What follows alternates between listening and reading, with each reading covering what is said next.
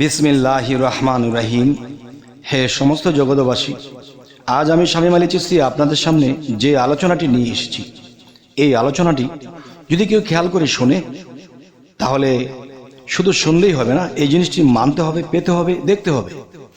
যদি কেউ মানে এবং দেখতে পারে তাহলে এই পৃথিবীতে থাকতেই তিনি সুসংবাদ পেয়ে যাবেন। সেটি হলো কি, যে তোমার জন্য দোজখ হারাম, তোমার দোজখের ভয় থাকবে না যদি কোরআন সত্য সঠিক হয়। কোরআন কি বেঠিক হবে? কোরআন তো আল্লাহর বাণী। আল্লাহ যেমন সত্য সঠিক, তেমনি আল্লাহর কোরআনও সত্য সঠিক।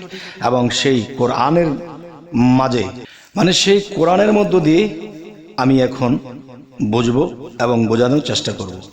এখানে এমন কিছু বিষয় যে আল্লাহ কি বলেছে, যে কিতাবুন ফুসসিলাত আজাতু কুরআনান আরাবিয়ান, এটার মধ্যে কি বলা হয়েছে, যে কিতাবুন ফুসসিলাত, যে এর মধ্যে যে জিনিসটি বোঝানো হয়েছে যে এ গ্রন্থ কিতাব, আবার বলা হচ্ছে এই গ্রন্থই কোরআন।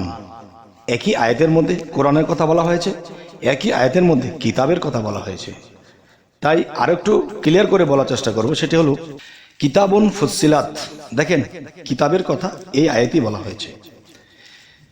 আজাতু কোরআনান, তার মানে একই আয়াতে কিতাব ও কোরআনের কথা বলা হয়েছে।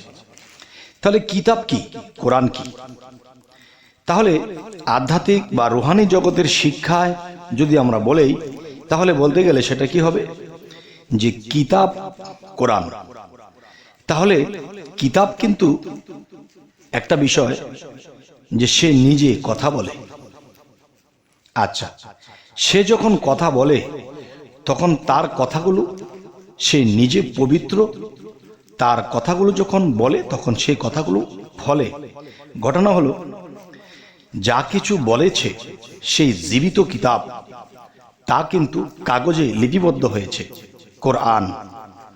আর এই কোরআন আল্লাহর বাণী, আর মহাগ্রন্থ কিতাব যিনি আল্লাহ। আচ্ছা, তাহলে মানুষ কিন্তু একটা কথা বলে থাকে, বুঝুক না বুঝুক একটা কথা বলে থাকে। সেই কথাটা কি বলে থাকে, যে সেই কথাটি বলে দেহ কোরআন, কাগজ কোরআন, আবার বলা হয় কি দেহ কোরআন, আবার কি বলে রুহে ইনসানিয়াতের কোরআন। তবে এই তিনটা কোরআন কিন্তু একই সাথে, কিন্তু এটা ভাগে ভাগে বুঝতে হয়।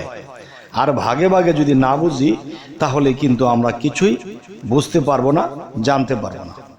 তাই আজকের আলোচনা এটি হবে যে আপনার দেহের মধ্যে আপনি কি জিনিসটা দেখলে, আপনার দেহের মধ্যে কোন জিনিসটা দেখলে আপনার দোজখ হারাম হয়ে যাবে, আপনি সুসংবাদ পেয়ে যাবেন এই পৃথিবীতে থেকেই, যে যে জিনিসটি দেখলে। দেখেন, আমরা কিন্তু একটা জিনিস ছোটবেলায় যখন বাবা মা আমাদেরকে সাজিয়ে গুজিয়ে টুপি পরিয়ে দিয়েছে, যাও বাবা মসজিদে যাও, তোমরা হুজুরের কাছে তোমরা কোরআন শিক্ষা করো, তখন দেখা যায় আমরা যখন গিয়েছি তখন দেখা যায় যে কালিমা পাঠ করিয়েছিলেন, সেই কায়দা সেই আমাসিপাড়ার মধ্যে দেখিয়ে দেখিয়ে আমাদেরকে সেই পাঠ করিয়েছেন। তবে হ্যাঁ, আমরা যে পাঠ করেছি কিন্তু সেটা কায়দাতে পড়েছি, কাগজে পড়েছি।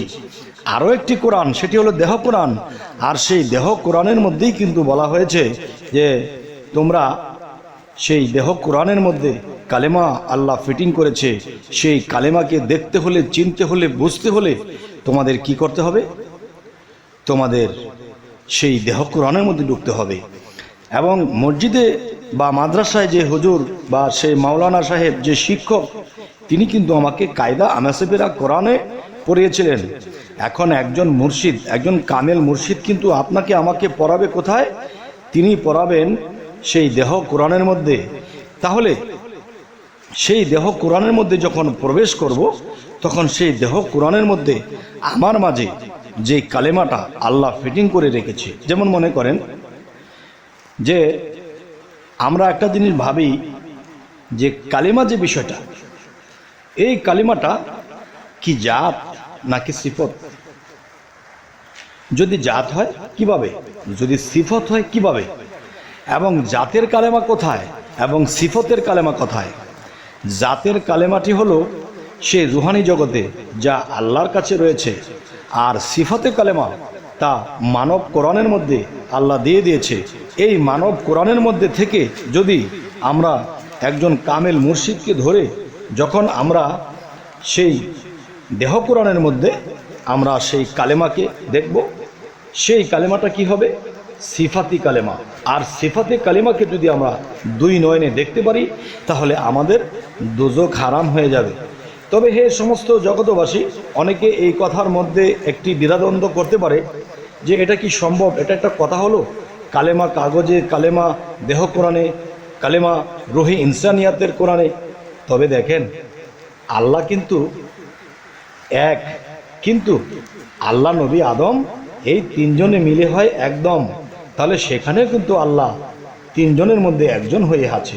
তাহলে কালেমাটা যাতে আছে, কালেমাটা সিফতে আছে, কালেমাটা কায়দা কোরআনের মধ্যে রয়েছে। তাহলে আমরা যদি সেই তিনটি জায়গার কালেমাকে বুঝতে পারি তাহলে আমাদের সমস্ত দোজখি হারাম হয়ে যাবে। এই পৃথিবীতে থাকতেই আপনি সুসংবাদ পেয়ে যাবেন। তখন আপনার চোখের জল বা চোখে ঝরঝর করে চোখের পানি পড়তে থাকবে। কেন চোখে পানি পড়তে থাকবে জানেন?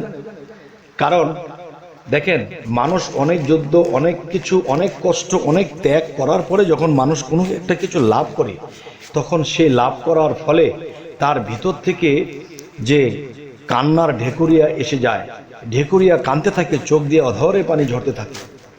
তাহলে মানুষ দুঃখ কষ্টের মধ্যে পড়লেও মানুষের চোখে পানি আসে, এবং মানুষ অতি আনন্দেও কিন্তু মানুষের চোখে পানি আসে।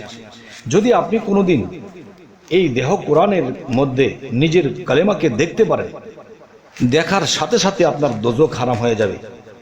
আচ্ছা, সেই কালিমাটি দেখলে কেন দোজখ হারাম হয়ে যাবে জানেন? এই পর্যন্ত যে পৌঁছাইতে পারে তখন তিনি রাসূলকে দেখতে পারে। আল্লাহ কিন্তু এটাও বলেছে যে আমার রাসূলকে এক নজর দেখলো তার জন্য দোজখ হারাম। তাহলে রাসূল কি কালেমা ছাড়া?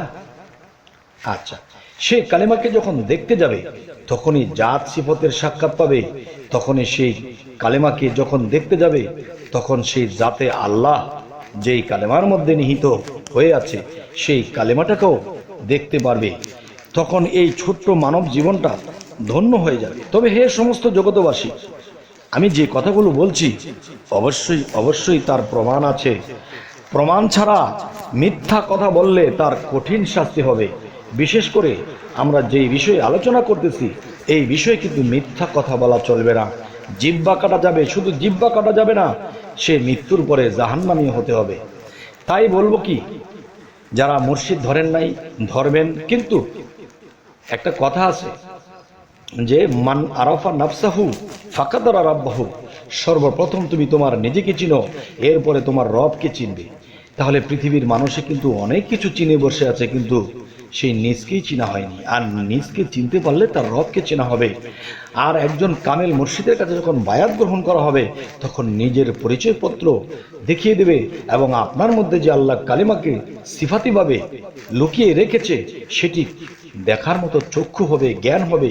তখনই আপনি আল্লাহর প্রতি একটি ঈমান আসবে। সেই ঈমানটি কি? একটি ঈমান হলো ঈমানে মুজমাল, যা না দেখিয়া বিশ্বাস করা। একটি ঈমান হলো ঈমানে মুফাসসাল, যা দেখে শুনে বিশ্বাস করা। তাহলে কি কোরআন হাদিস খুলে দেখবেন যে ঈমানে মুফাসসাল দেখিয়া শোনা মানে বিস্তারিত বিশ্বাস, এটা ফরজে গণ্য করা হয়েছে। আর না দেখিয়ে বিশ্বাস করা এটা কিন্তু ফরজে গণ্য করা হয়নি। তাহলে দেখাশোনার কথা তো আল্লাহ না করেনি।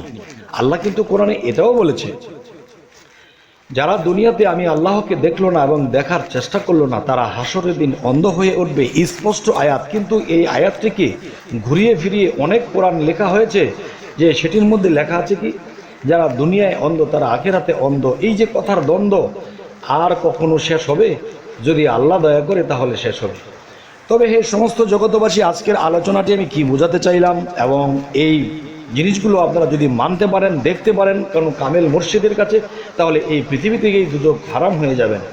তবে সকলেই ভালো থাকবেন, আমাদের চ্যানেলটিকে সাবস্ক্রাইব করে রাখবেন, যদি ফেসবুক হয় অবশ্যই ফলো রাখবেন, যাতে করে পরবর্তীতে ভালো আলোচনা এনে দিতে পারি। তো সকলেই ভালো থাকবেন, আল্লাহ হাফিজ।